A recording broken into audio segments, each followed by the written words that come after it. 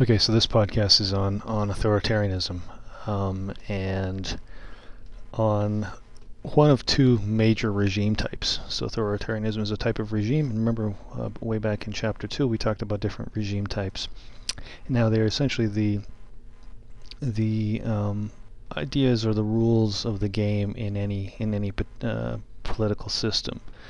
And there are generally two types of regimes: authoritarian regimes and democratic regimes. But as you have read in the readings and also in the chapter, um, this is not this sort of just this dichotomization of regimes into authoritarian and democracy really obscures more than it enlightens, and so we'll talk about that in a second. Okay, so we'll look at the difference between authoritarian regimes and totalitarian regimes. Similar concepts, but conceptually distinct. We'll look at types of political control and then a few figures from O'Neill. So first of all, what is authoritarianism? Well, you know, this is a definition right out of the book, so I'm not going to belabor the point. Right, the public has little or no role in selecting the leaders. Okay, the individual freedom is restricted, and authoritarian. What's important here is that authoritarian regimes may be institutionalized and legitimate. Okay, just because they're authoritarian doesn't necessarily mean that they're not institutionalized. There are many highly institutionalized authoritarian regimes, and moreover, many authoritarian regimes are very legitimate.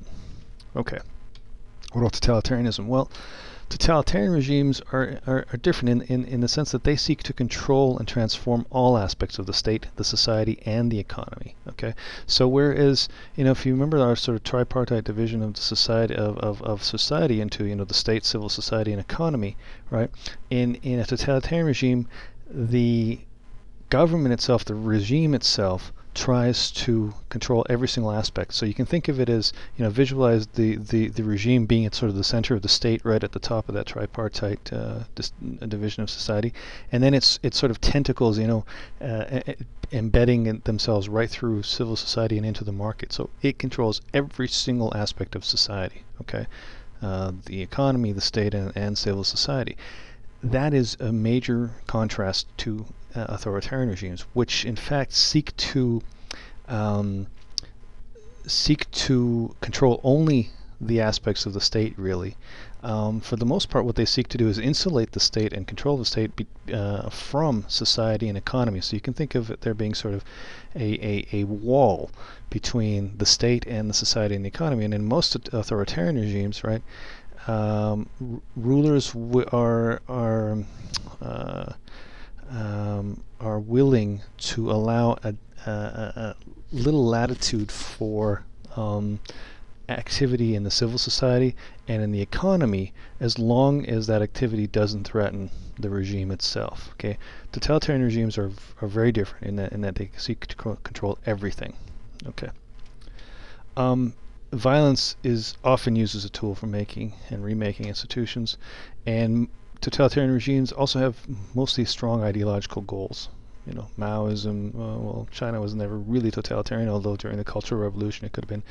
Um, uh, North Korea, which is currently a totalitarian regime, has a very strong ideological goal. Cuba, which is more totalitarian than not, also has a very strong ideological goal. And in history, the totalitarian regimes that we've known about, Nazi Germany, for instance, had very strong ideological goals. Authoritarian regimes, for the most part, have no strong ideological goals, apart from essentially, the maintenance of power by those who are currently in power. So totalitarianism is a subset, although a different subset of authoritarianism. So an authoritarian regime generally is a little bit different. Okay. I just want you to sort of watch this clip. This is a totalitarian regime, and it's it's the film version of George Orwell's 1984.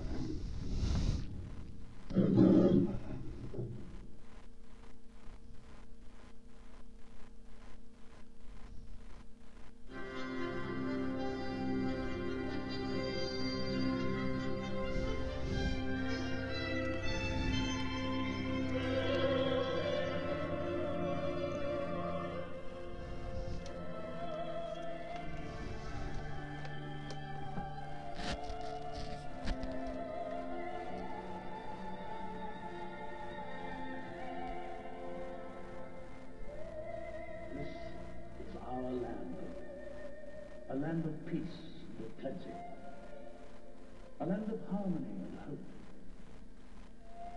This is our land, Oceania. These are our people, the workers, the strivers, the builders. These are our people, the builders of our world, struggling, fighting, bleeding, dying. On the streets of our cities and on the far-flung battlefields, fighting against the mutilation of our hopes and dreams.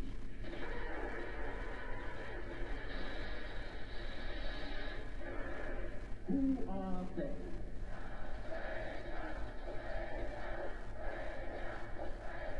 They are the dark armies. The dark, murdering armies of Eurasia. In the barren deserts of Africa and India, on the oceans of Australasia, courage, strength, and youth are sacrificed. Sacrificed to barbarians whose only honor is atrocity.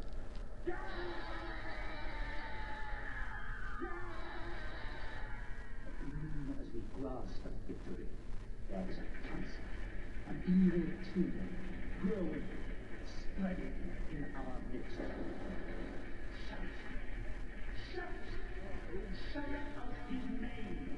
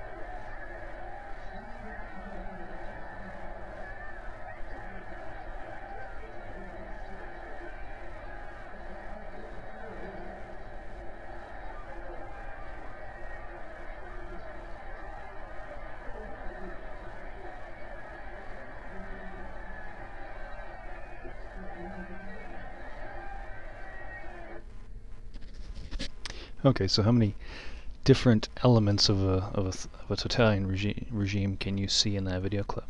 I'll leave that for you to figure out. Okay, here's another video clip. In fact, you can watch these on YouTube. I'd suggest just search for 1984 and George Orwell, and if you watch parts 1 and 2, these clips are from parts 1 and 2, and they're very good.